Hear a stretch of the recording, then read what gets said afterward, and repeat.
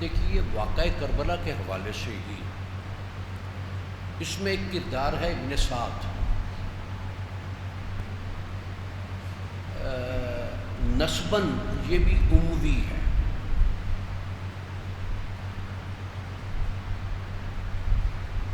اس کو امام حسین علیہ السلام کی روانگی سے پہلے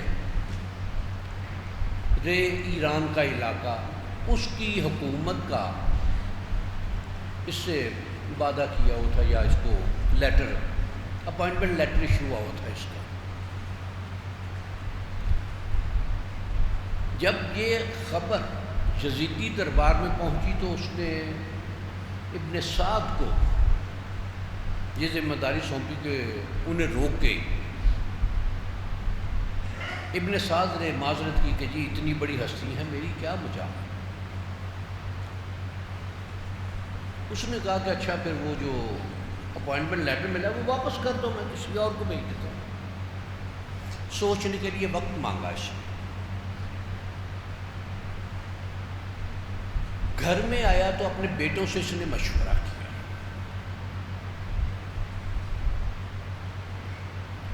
اس کے بڑے بیٹے نے اسے یہ مشورہ دیا کہ تو دین کو چھوڑ کر دنیا کی طرف چل پڑا ہے،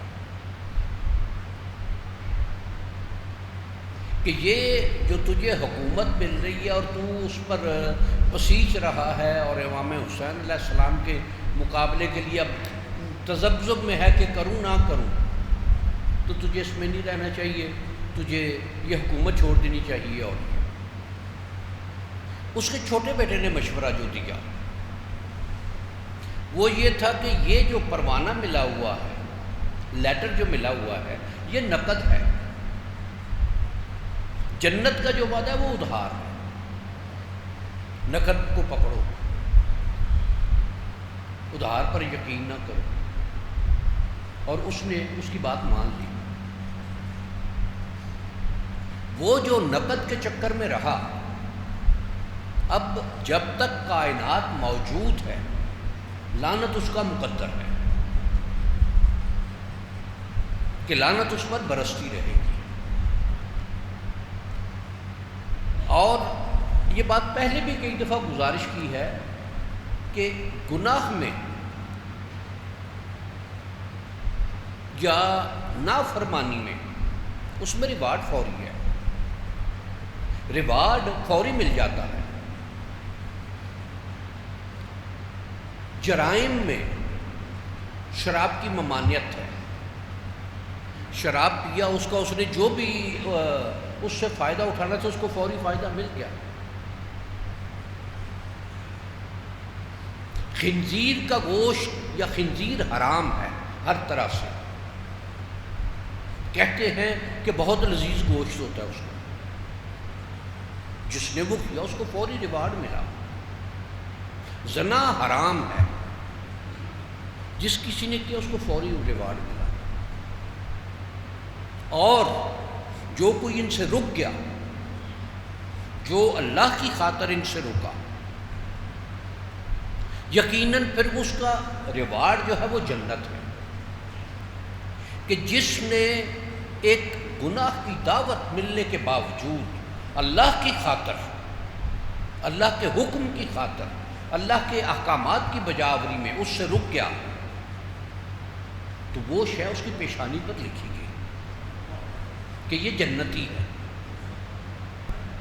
لیکن اب یہ شے کہ ہر کوئی اس بات کا، اور پھر یہ شاید جو اس معاملے میں اس نے جنت کا وعدہ کیا ہے اور وہ جنت عطا کرتا ہے، تو شیطان کے وار سے بچنا ہے.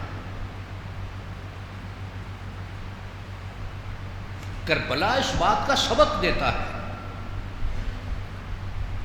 کہ غلط طرف جانے سے جان کٹوا لینا، سر اتروا لینا، زندگی دے دینا، اور صرف اپنی زندگی ہی نہیں، اپنے اہل و عیال کی بھی، اپنے گھر بار کی بھی، اپنے دوستوں کی بھی، ساتھیوں کی بھی، بھائیوں کی بھی، بھتیجوں کی بھی، بھانجوں کی بھی کون سا رشتہ ہے جو کربلا میں شہید نہیں ہوا؟ پھر یہ کہ جب وہ معاملہ ہو جائے، سر نیزے پر آ جائے، تو پھر اس کی طرف سے جو ریوارڈ ملتا ہے کہ پھر کائنات جب بھی وہ نام لیتی ہے تو علیہ السلام،